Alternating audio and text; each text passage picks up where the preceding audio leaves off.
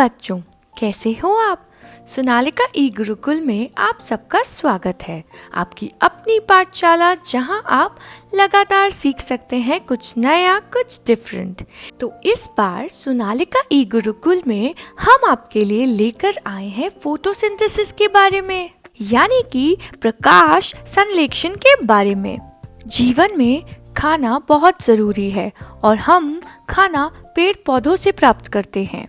सभी जीवित चीजें, इंसान चाहे जानवर, भोजन के लिए पेड़ पौधों पर निर्भर करते हैं। प्लांट्स को फूड प्रोड्यूसर भी कहा जाता है, यानी सभी जीवित चीजों को खाने की जरूरत होती है।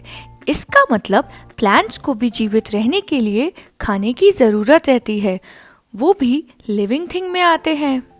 क्या आपको पता है पौधे अपना खाना खुद बनाते हैं और ये खाना बनाने की प्रोसेस को हम फोटोसिंथेसिस कहते हैं, यानी कि प्रकाश संश्लेषण कहा जाता है।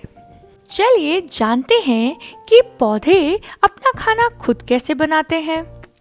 तो इस प्रोसेस को हम फोटोसिंथेसिस कहते हैं। इसका मतलब फोटो यानी कि लाइट, प्रकाश, और सिंथेसिस यानी कि संश्लेषण, जिसका अर्थ है एक साथ रखना। चलिए जानते हैं कि पौधों को अपना खाना बनाने के लिए किन किन चीजों की आवश्यकता होती है। तो पहला है कार्बन डाइऑक्साइड। कार्बन डाइऑक्साइड एक तरह की गैस है जो इंसान और जानवर सांस लेते वक्त छोड़ते हैं। दूसरा पानी। जैसे कि हमें पानी चाहिए, वैसे ही प्लांट्स को भी ग्रो करने के लिए पानी की जरूरत होती है। और तीसरी सनलाइट, यानी कि सूरज की रोशनी। आइए देखें कि इन्हें पौधों द्वारा कैसे कलेक्ट किया जाता है और कैसे एब्जॉर्ब किया जाता है। हवा से कार्बन डाइऑक्साइड पत्तियों में छोटे पोर्स से होकर गुजरती है। इन पोर्स को स्टोमाटा कहते हैं। और पानी रूट्स द्वारा एब्जॉर्ब किया जाता है और पत्तियों के रास्ते उन्हें स्टेम से होकर गुजरना पड़ता है और तब वो स्टेम से होकर पत्तियों तक पहुंचते हैं। और सूरज की रोशनी कैसे पहुंचती है प्लांट्स तक? सनलाइट यानी सूर्य की प्रकाश को पत्तियों में एक हरे केमिकल द्वारा एब्जॉर्ब किया जाता है, जिसे हम क्लोरोफिल कहते हैं। इसीलिए पत्तियों का रंग कोई और नहीं, हरा होता है। क्लोरोफिल की वजह से पत्तियां हरे रंग की होती है। तो पानी, क्लोरोफिल और कार्बन डाइऑक्साइड आपस में प्रोसेस होकर पौधों का भोजन बनाते हैं। तो जानते हैं आखिर ये भोजन बनता कैसे है। पौधों की जड़ें पानी और मिनरल्स को खींचकर बाकी हिस्सों में भेज देती हैं।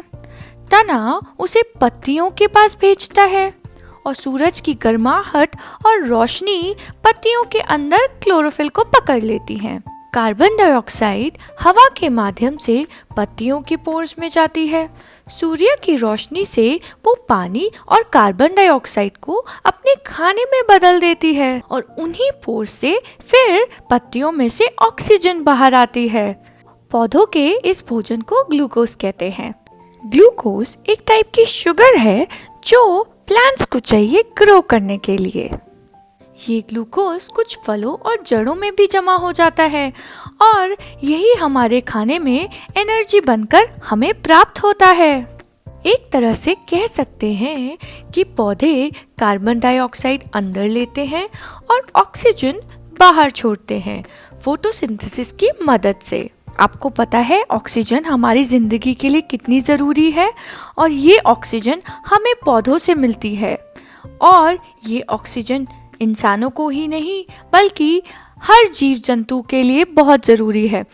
इसलिए फोटोसिंथेसिस वातावरण में ऑक्सीजन और कार्बन डाइऑक्साइड के लेवल को बैलेंस करने के लिए भी जिम्मेदार है।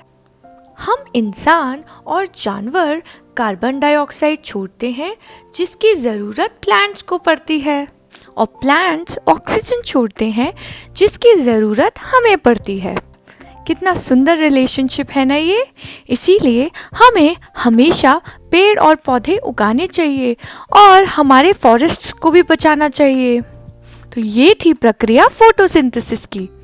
तो बच्चों, सोनालिका ई गुरुकुल में आपके लिए ऐसे ही नॉलेजेबल वीडियोस लाते रहेंगे जिसमें आप सबको कुछ नया सीखने को मिलेगा।